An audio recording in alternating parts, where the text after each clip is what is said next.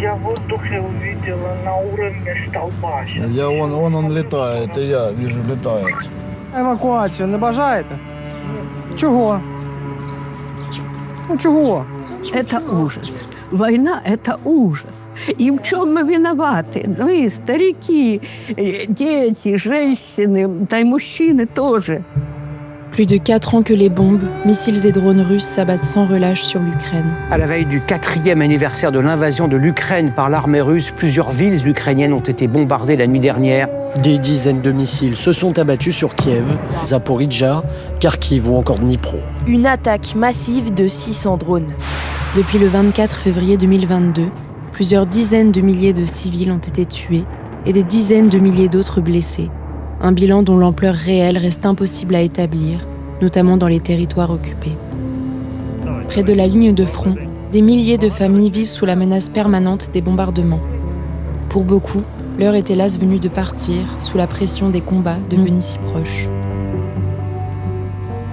C'est le cas dans la région de Kharkiv, dans le nord-est du pays. Sa capitale éponyme, deuxième ville d'Ukraine, se trouve à seulement une trentaine de kilomètres de la ligne de front. Comme partout ailleurs en Ukraine, les infrastructures civiles y sont délibérément visées, et en premier lieu, le système de santé. Depuis le début de l'invasion, 3000 attaques ont visé le personnel soignant, les hôpitaux, les cliniques, les ambulances et les entrepôts médicaux. Les organisations humanitaires aussi. Des centaines de structures locales et internationales s'organisent, s'adaptent et tiennent bon malgré les risques, malgré les victimes dans leur rang, dont le nombre s'alourdit. Aujourd'hui, près de 3,7 millions d'Ukrainiens sont déplacés à l'intérieur de leur propre pays. 5,9 millions d'autres vivent comme réfugiés à l'étranger. Chassées de chez elles par les bombardements, ces familles ont tout laissé derrière elles et vivent dans l'attente avec l'espoir de pouvoir un jour rentrer chez elles. C'est dans ce contexte que nous avons décidé, à notre échelle, d'agir concrètement. Une ambulance pour le front, épisode 4. Une ambulance pour le front, saison 2. Une ambulance pour le front, saison 3, épisode 3. Au contact des associations locales, des coordinateurs humanitaires et de nos amis ukrainiens, une évidence s'est imposée. Les besoins sont immenses et les façons d'aider sont nombreuses. Nous voulions apporter une aide concrète, capable de sauver des vies. Alors nous avons décidé de convoyer nous-mêmes des ambulances, depuis la France jusqu'à ceux qui en ont le plus besoin. Comment est née cette initiative? Pourquoi vous, habitants de Meudon, vous avez eu l'idée d'emmener une ambulance sur le terrain à quelques kilomètres du front en Ukraine? Une ambulance, c'est vital, ça sauve des vies, c'est utile. Les ambulances sont des cibles prioritaires pour les forces russes. Donc ils ont besoin d'ambulances pour secourir les blessés.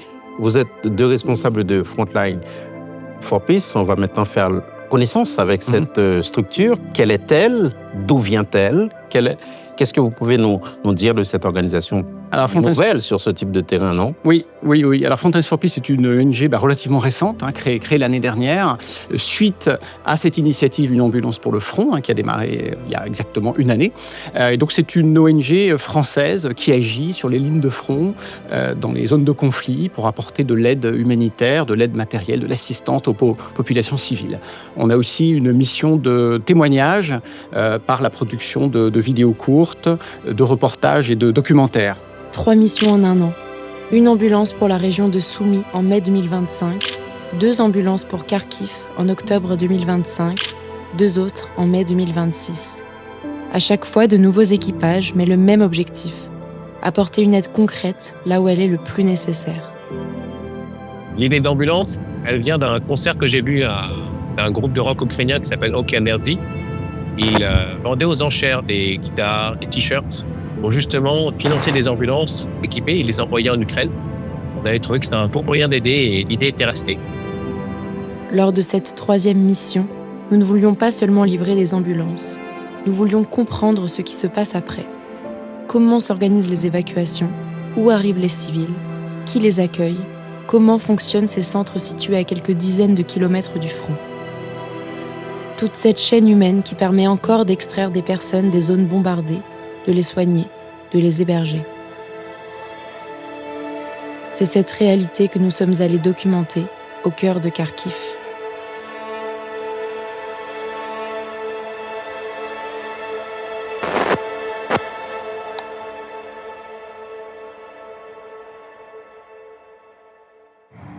3 jours de route sous une chaleur estivale. Récupération des véhicules à Cracovie, route jusqu'à la frontière. C'est un grand plaisir de faire partie de l'aventure cette fois-ci, pour la 3e saison. Après avoir suivi les 2 premières à distance, c'est super d'en être. Donc, en avant avec Frontline for Peace, vers Kharkiv et sa belle région pour filer un coup de main et voir comment les choses se passent là-bas. Content d'arriver à Kiev. On peut dire que c'est la canicule. Les traces de la guerre se font de plus en plus visibles à mesure que nous avançons vers l'est. Il y a un checkpoint, il ne faut pas filmer à cet endroit-là. D'accord, il y a un checkpoint? Oui, il arrive. Ok, j'arrête de filmer dès que je le vois. Ça va. Nous sommes au nord-ouest de Kharkiv, à une vingtaine de kilomètres du front, sur un site frappé par un missile russe Iskander il y a 3 jours. Heureusement, aucun décès n'est à déplorer. L'odeur de la fumée est encore présente. Зато було 24 людини було. Задали гострої реакції на стрес, із них було 8 дітей. Наша команда прибула на місце ліквідації наслідків вже на 4-й хвилині, тому що ми знаходилися неподалік. Ми деблокували поряд дитину з сусідньої вулиці. Вона з батьками заховалася в підвалі і ми доставали. Подальше вона давалася психологічна підтримка і передали потім по скоріку і медикам подальше. Без госпіталізації пішло, все на щастя. Роботу локації до сих пор тривають, тому що масштаби дуже великі. Entre 2 étapes, nous coordonnons les visites et les entretiens que nous espérons filmer sur place. We are now almost in Kharkiv. Au bout de la route, Kharkiv.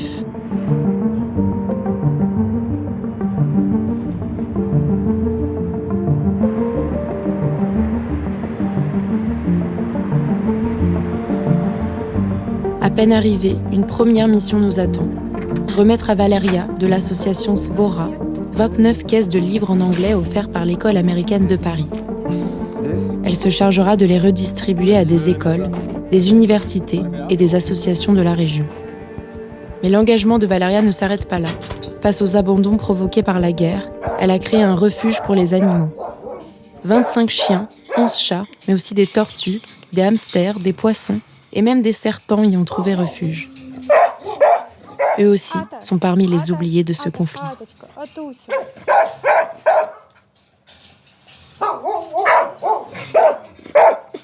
Many dog evacuation from Donetsk and another part it's Kharkiv because many people go away and dog need a new family, but it's a big problem for Ukraine because many people go away. It's so difficult and dog need every time vaccinate, treat, food and safe place. Now it's dangerous and not possible.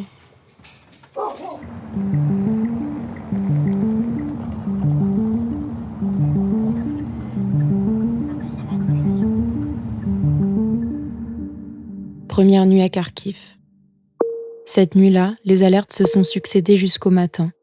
Un drone Shahed est tombé dans une zone résidentielle, sans faire de victimes cette fois. À Kharkiv, c'est une nuit comme tant d'autres. Nous voici à Kharkiv, deuxième plus grande ville du pays, à l'est de l'Ukraine. Nous sommes sur cette magnifique place, l'une des plus grandes places d'Europe, près du Держпром, bâtiment emblématique de la ville de Kharkiv. Au matin, il est temps de remettre les clés des 2 véhicules.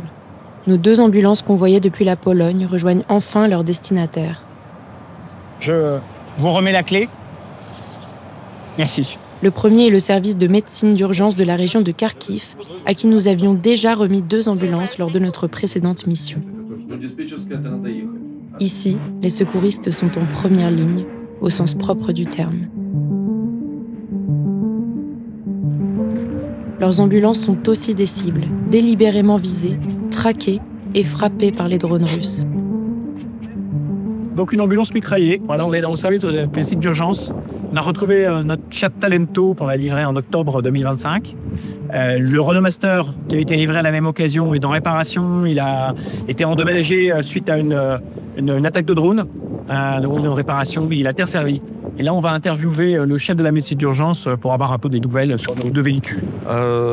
Друга автівка, яку ви передали минулої осені, вона працює в Богодухівському районі. Наразі цей район дуже потужно обстрілюється різними засобами ураження, від РСЗУ до шахедів і навіть і впівдронів. Минулого тижня в центрі міста Богодухів впівдрон погнався за тою автівкою. Дякувати тому, що вона з ребом, він упав поруч, але, мабуть, через те, що тікали досить швидко, щось з коробкою передач трапилось.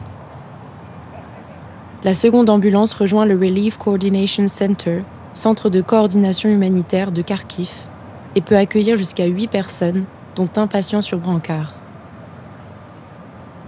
Voilà, et ben c'est cette clé-là, donc Evgeny. Thank you. Thank you so much. Thank you. Thank you. La remise est officielle, devant les caméras de la télévision publique ukrainienne Souspilne, suivie d'une conférence de presse réunissant l'ensemble des organisations présentes. Un moment pour mettre des mots sur ce qui nous a amenés ici et laisser la parole à ceux qui, chaque jour, font tourner ces structures. You are, of course, fighting for your territory. You are fighting for your own freedom, for your dignity. You are fighting for your independence, but you are also fighting for Europe. Ukraine is part of Europe, and we are neighbors. We are friends. We live on the same continent. So we feel deeply concerned by this war. Сказав би кожному, стійте з Україною, стійте міцно, стійте з нами за правду, за свободу, за незалежність, за людство, за цивілізацію. Бо поки ми б'ємось, ми перемагаємо. Доки з нами весь цивілізований світ, ми не переможні. Тож дякую всім причетним. Слава Україні! Les ambulances livrées, nous pouvions nous consacrer au second objectif de cette mission, comprendre comment s'organisent les évacuations civiles. Le Relief Coordination Center, ou RCC, coordonne les évacuations de civils, la distribution d'aide humanitaire et le soutien aux populations vivant près du front. Depuis sa création, plus de 121 000 personnes ont été évacuées grâce à son action. We have a 24/7 hotline where people can provide the request for the evacuation, and then it proceeds to go through the full cycle of evacuation that starts with, a hotline request and ends with a person being resettled in a different region or in the same region of Ukraine. Au cœur de son dispositif à Kharkiv, un centre de transit, point de passage obligé pour des milliers de personnes ayant fui les bombardements. C'est ici qu'arrivent les convois d'évacuation qui vont chercher les habitants directement dans les villages et les zones les plus exposées. Le centre accueille principalement des personnes âgées et des familles. Pour les enfants, des programmes d'éducation et de soutien psychosocial sont mis en place afin de préserver au milieu du chaos un semblant de quotidien. З початку 2022 року Харківщина евакуювала майже 66 тисяч. Приблизно середня цифра сягає щоденна цифра. Коливається між, скажімо так, 50 та 100 людей на Транспорт – це саме ті зонові, саме небезпечні зони, в які ми заїжджаємо на броньованих автівках. Наша організація – перша організація в Україні, яка і взагалі гуманітарна організація, яка отримала броньований транспорт від міжнародного донору UHF. Наразі таких бронеавтівок, бронепікапів у нас 6 одиниць. В цьому році, і коли ми зробили евакуаційні заходи першим ешелоном, це бронеавтівками, долучаються ресурс неброньованого транспорту, а це саме ось такі буси. Також завдяки вашої допомозі і допомозі наших партнерів ми маємо можливість робити евакуацію другого ешелону лежачих людей завдяки швидким допомогам, які долучаються до евакуаційних заходів. Les convois ne sont qu'un maillon de la chaîne. Une fois extraits des zones de front, les civils arrivent ici, au centre de transit du RCC. Chaque arrivée est enregistrée, les besoins sont évalués et l'orientation est organisée. Hébergement, soins, aide alimentaire, soutien psychologique ou accompagnement juridique. Mais tous n'attendent pas d'être évacués. Beaucoup arrivent par leurs propres moyens. Des familles qui ont fui sans rien, sans argent, sans proches, sans point de chute, et qui cherchent simplement à savoir ce qui les attend désormais. Ah, в общежитие. Общежитие, да. D'accord. Elle est avec ses enfants, elle est partie le 14 avril, elle est dans un centre collectif. Дала Рясного. C'est la Resnova. Рясне, да. Resne, dans un village qui s'appelle Resne. Виїхала туди, бо Духов своїм ходом, а потім волонтер нас приїхав. Юля забрала. Ils sont allés à Bogodukhov par ses propres moyens, puis ensuite là-bas des volontaires les ont pris en charge. Потім як нас обстріли йдуть. Voilà. Là-bas, il y a beaucoup de tirs, d'échanges de tirs, et donc les gens ont peur d'aller le chercher. Madame est de Kupiansk. Виїхала оттуда на года два назад. 2 ans, elle a quitté Kupiansk. І поселилася, жила на квартирі у Шевченка. Et donc, elle était dans la ville de Shevchenkove, dans un appartement où elle s'est installée. Там було очень, Куп'янське очень громко було. C'était très sonore, beaucoup d'explosions à Kupiansk. Elle ne pouvait pas rester là-bas. Et maintenant, hélas, depuis 2-3 mois, Shevchenkove, c'est pareil, il y a des nouvelles activités militaires trop intenses. Elle a son système nerveux qui ne tient pas. Elle ne peut plus rester. Et donc, elle a décidé de partir. Это было ваше решение, да? Donc, c'était sa décision. Саме тут, на транзитному центрі, ми можемо розмістити до 200 людей. Як правило, люди можуть залишатись до 3 днів на транзитному центрі, але ми також займаємось поселенням і намагаємось поселяти людей в день, коли вони прибули тут. Aujourd'hui, 3 convois sont en route.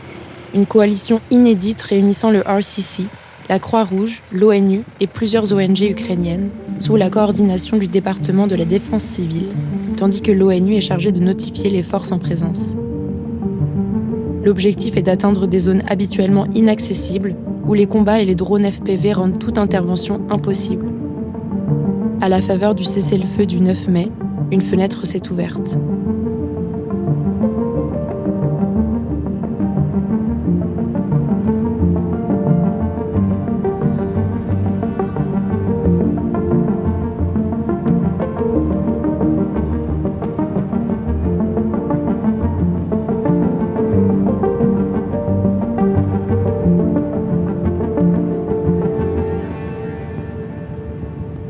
Il est 11h du matin, le premier convoi est de retour au centre de transit.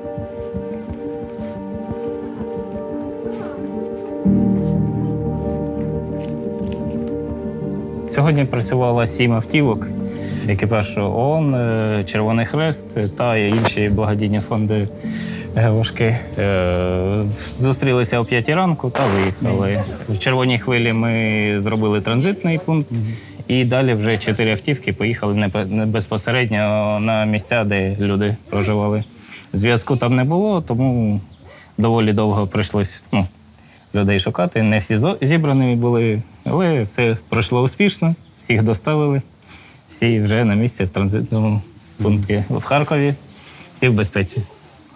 А у нас були тільки виключно поодинокі, там каравани розрізнялися і поодинокі заявки вироблялися, так, щоб постійно централізовано таких місій евакуаційних у нас під егідою Організації Об'єднаних Націй у нас не було.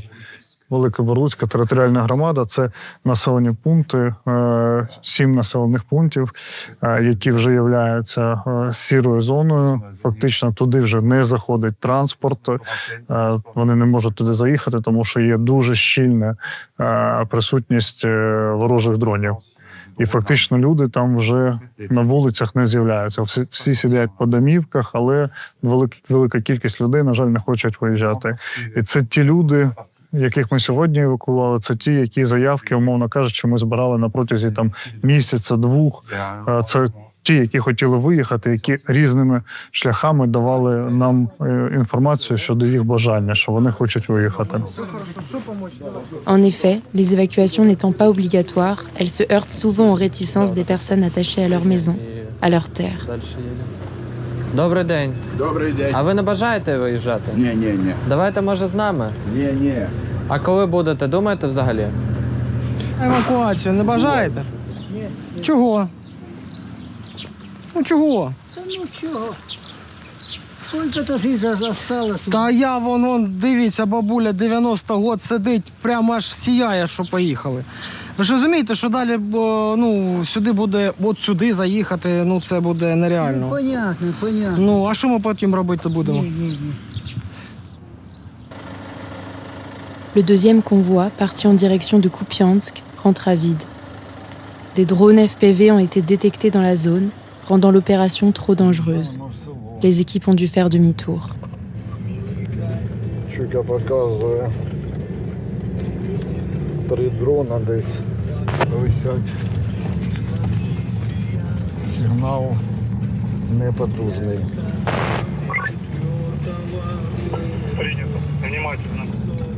Линия фронта – это очень напряженный участок, где-то до 10 км. C'est moins de 10 km. Une zone très tendue. И только благодаря сегодняшнему перемирию мы смогли туда C'est vraiment juste aujourd'hui, grâce à ces cessez-le-feu, qu'ils ont pu s'approcher. Parce que d'habitude, là-bas, ils ne peuvent pas du tout y aller. Нас обстреливают точно так же, несмотря на все конвенции, нас обстреливают точно так же. Вы это знаете. Раніше тут гуманітарку видавали в тому році, коли ми ще їздили. А тут, коли прильоти було, зараз тут вже село, яке, в принципі, людей немає, все пошкоджено, все розбите. Ще одне наше село, яке, на жаль, разбито на 100%. Kupiansk, c'est une ville, autrefois, était une des plus grandes villes de la région des Kharkiv, avec 27 000 habitants. Aujourd'hui, nous pouvons dire qu'il reste à Kupiansk seulement près de 400 habitants. C'est une situation terrible, bien sûr. Et si dire de Kupiansk, on peut dire que c'est la ligne de la fronte. Dans la ville, il y a les combattants russes. Le troisième convoi d'évacuation, lui, est un succès. Principalement des personnes âgées, dont beaucoup en situation de handicap, bien plus nombreuses que ce que les équipes s'attendaient à trouver en entrant dans la zone.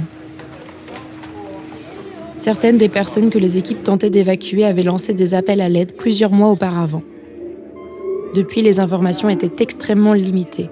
Impossible de savoir si elles étaient encore sur place, dans quel état elles se trouvaient, ni même si les convois parviendraient à atteindre la zone. Valentina faisait partie de ce convoi. Беремо маломобільну жіночку. З дуже небезпечної зони. Évacuée de son village d'Oleksandrivka, tout près de la ligne de front, elle arrive encore sous le choc de ce qu'elle vient de vivre.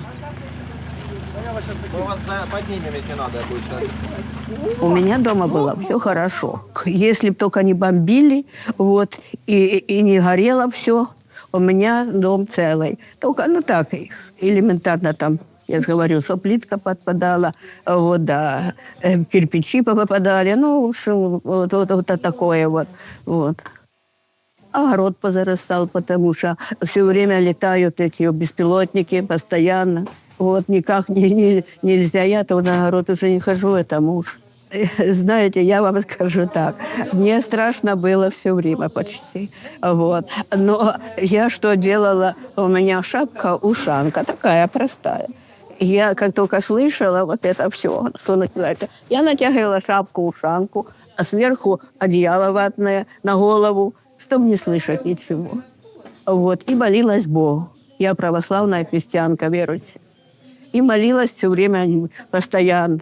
Вот это что я могу сказать. Вот. А потом, когда уже открою ухо, ага, уже тихо. Ну, тогда уже и шапку снимала. Слишком очень страшно. Вчера особенно так близко с беспилотника что-то сбросили. Дрожало все.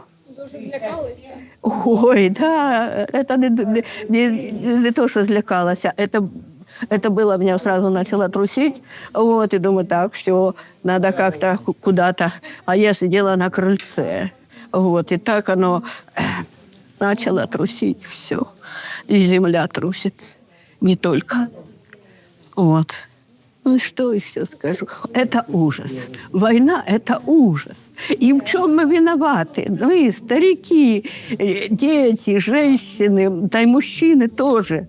Ну, в чем мы виноваты, что вот так вот на нас, как говорится, уже 5-й год издеваются. У нас ни магазина вот нету. Уже перестали нам даже давать гуманитарку, потому что...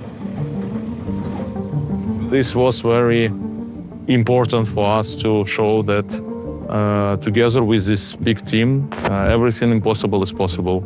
And we are trying to do our best to have much more opportunities and resources to do much more evacuations and to save much more people.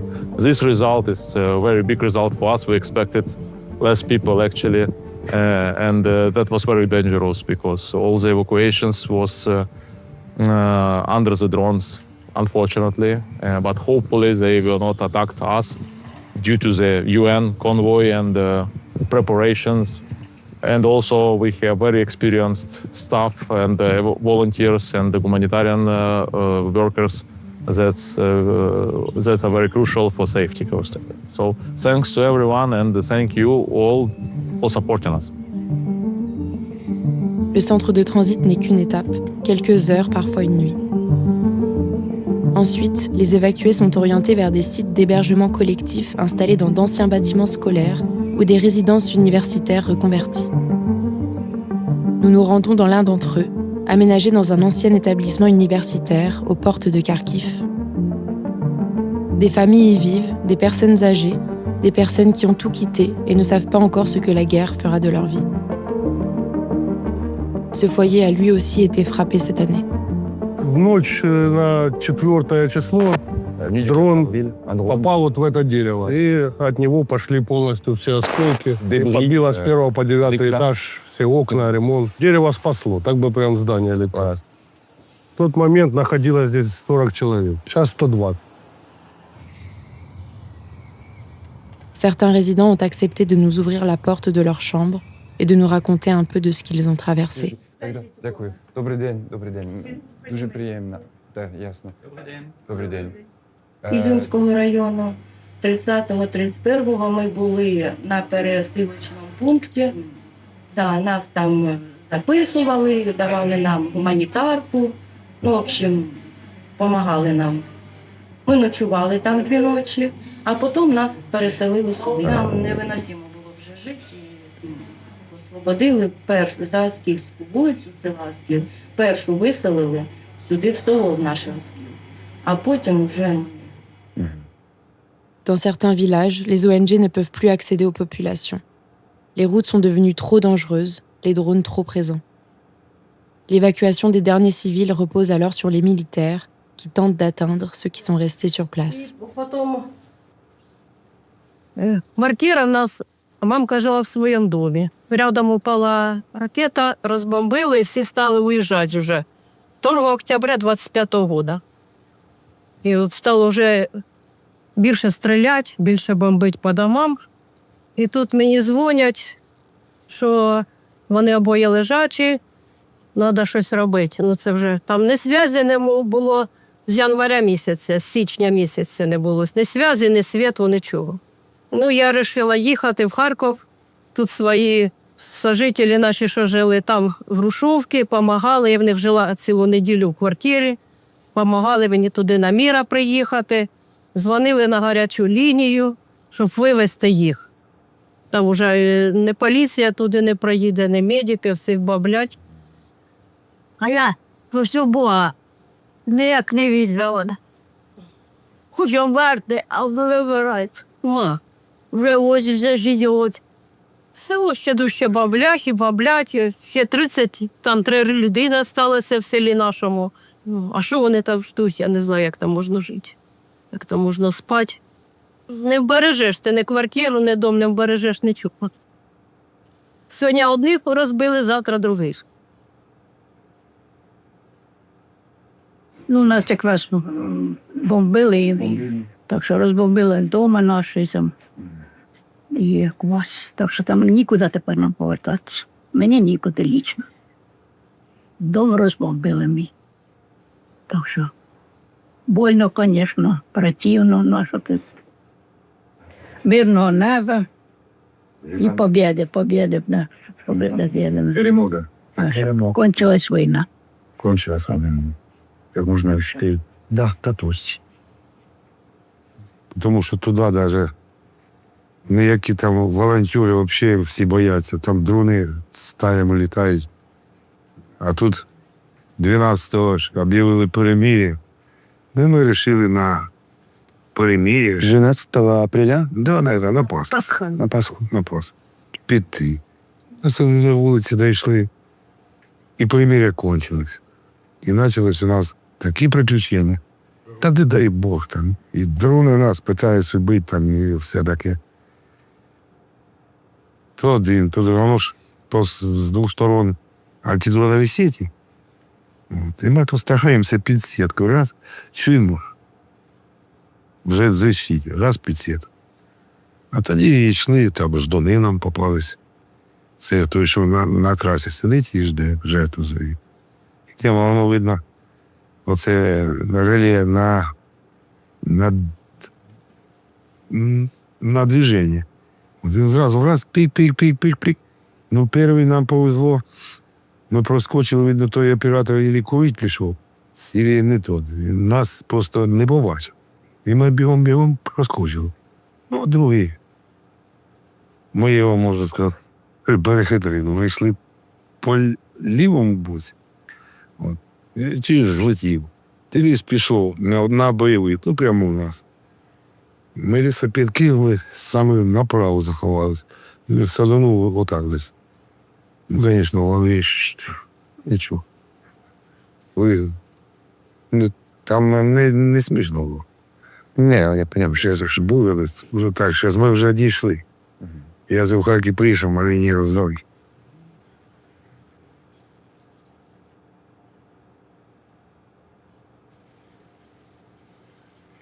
Ви вибачте, ці воспоминання.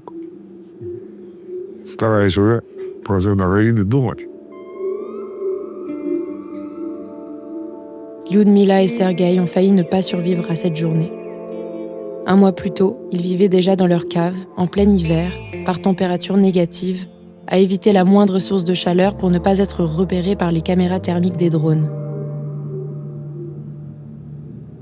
Les conditions sont modestes, les chambres partagées, mais dans tous les témoignages revient le même sentiment, une profonde reconnaissance sincère et le sentiment d'être enfin accueillis quelque part. Наш директор говорит, действительно как в раю.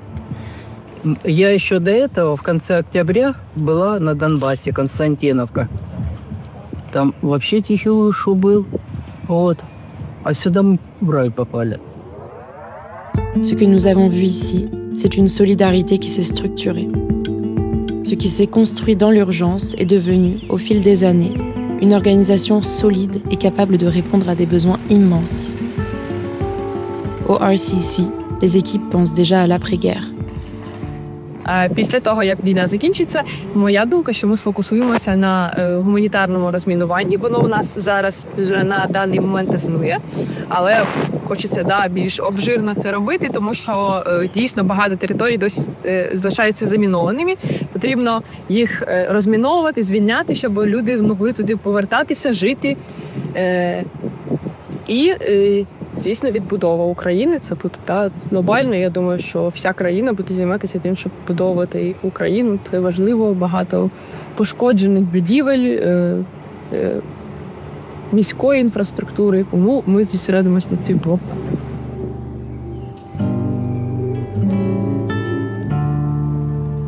Et au centre de tout cela, des personnes âgées, des femmes seules, des couples qui espéraient simplement vivre leur retraite en paix. Pour ceux qui vivaient dans la précarité, la guerre a souvent emporté le peu qu'il restait. La situation demeure extrêmement difficile. Personne ici ne se fait d'illusions sur les mois à venir. On ressent néanmoins un vent d'optimisme, une sorte de confiance retrouvée. Dans les regards que nous avons croisés, nous avons vu de la fatigue, de l'inquiétude, mais aussi du courage et de la résilience. Cette mission, nous la dédions à toutes celles et ceux qui font vivre ces structures. Professionnels, soignants, chauffeurs, volontaires et bénévoles. À celles et ceux qui, souvent loin des caméras, travaillent chaque jour pour évacuer, accueillir, soigner et protéger, parfois au péril de leur vie. Слава Україні! Героям слава!